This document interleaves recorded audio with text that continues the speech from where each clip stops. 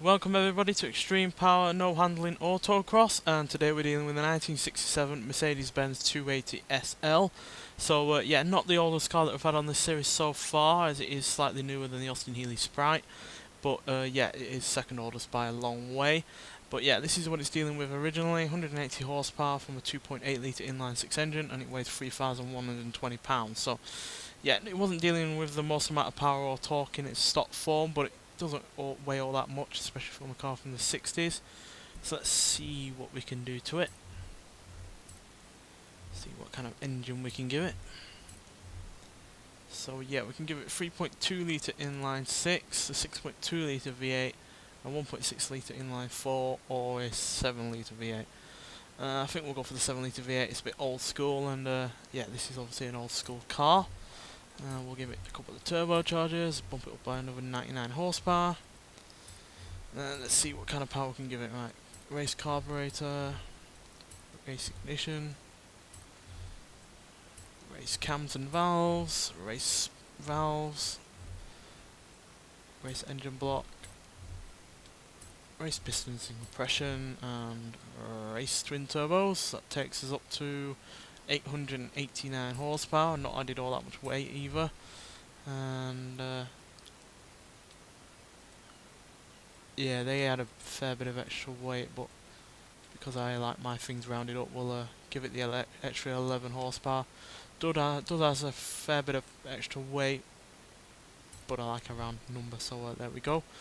900 horsepower. Install it all.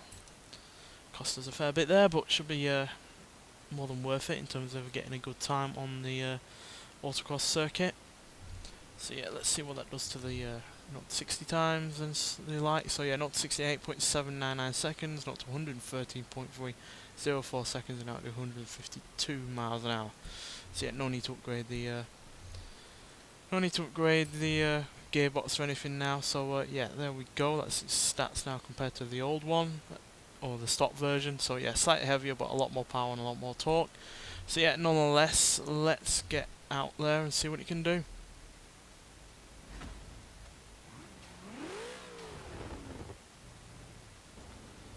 So yeah, hardly the weather for a convertible Mercedes-Benz, but yeah, it's gonna be interesting to see what this can do in comparison to the previous vehicles on this series, especially the Austin-Healey and the Ford Escort, because while I think this won't be as troublesome as the Austin-Healey, it's going to be interesting to see what it can do in comparison to the Ford. So let's see what it can do. So yeah, I don't think this is going to struggle as much as the Austin-Healey. It's certainly going to be quicker than it, I think. But like I said, considering the Ford Escort was only about 20 seconds quicker than the Austin-Healey, which wasn't quite as much of a difference as I was expecting, considering the massive age gap.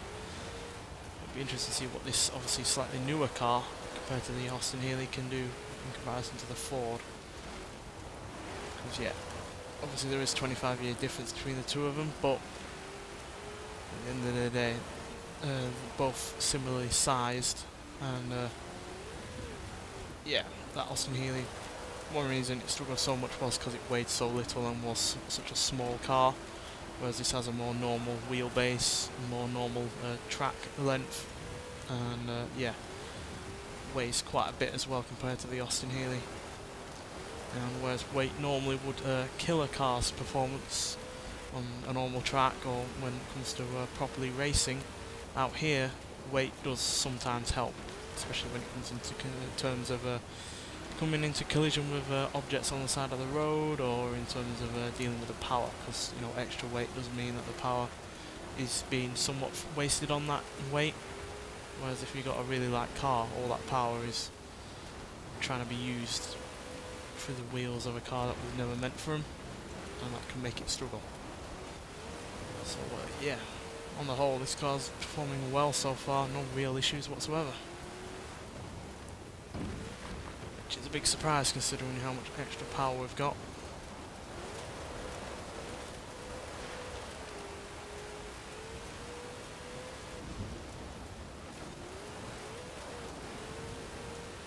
Again, I think because of the rather thin tyres and the suspension, which is really quite soft, it's you know, somewhat struggling to put that power down. and I miss a checkpoint completely.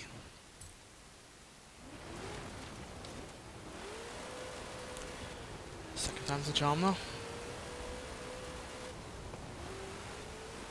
That's not to say that this car's slow, even though it does seem to be struggling to put the power down. Certainly doing just about as well as the Ford did. Not struggling in terms of braking either, because that's the big problem with the Austin-Healey, was the brakes. It really didn't have the best, and it's despite it weighing so little.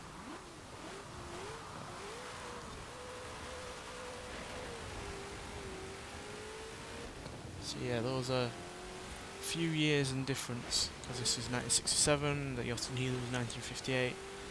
Seems to me making a difference in terms of performance.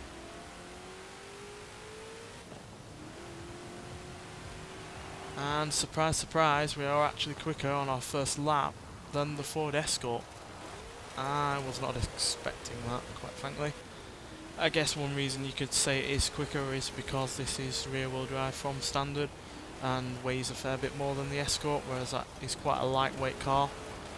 And yeah, was obviously only meant for all-wheel drive in that standard Escort version that we had. So maybe it was dealing with a bit more oversteer than it had originally, coupled with the lightweight of the vehicle, lightweightness of the vehicle. Because like I said, a lightweight vehicle on this series can sometimes be a hindrance more than a advantage. Let's see if we can improve upon that time. See how close we can get to the Colorado or the Nissan NISMO. That Sentra was quite a surprise, and how quick it was for a front-wheel drive vehicle.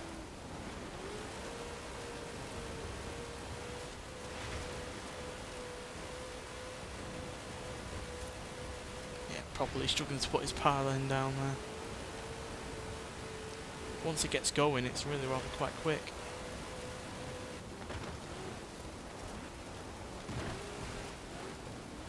So obviously, the more gears we go through, the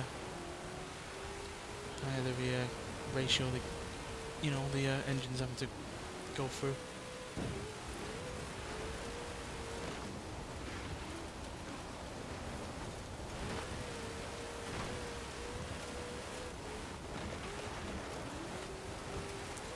I had gone through those fences like with the Austin-Healey.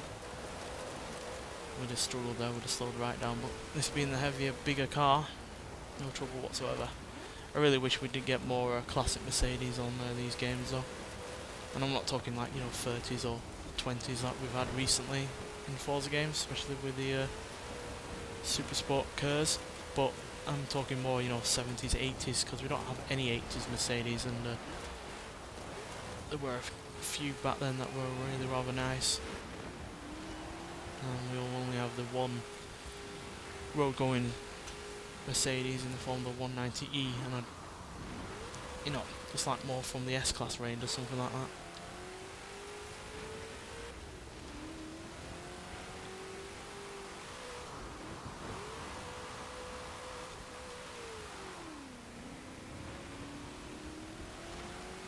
We're not going to improve by the looks of it, nope.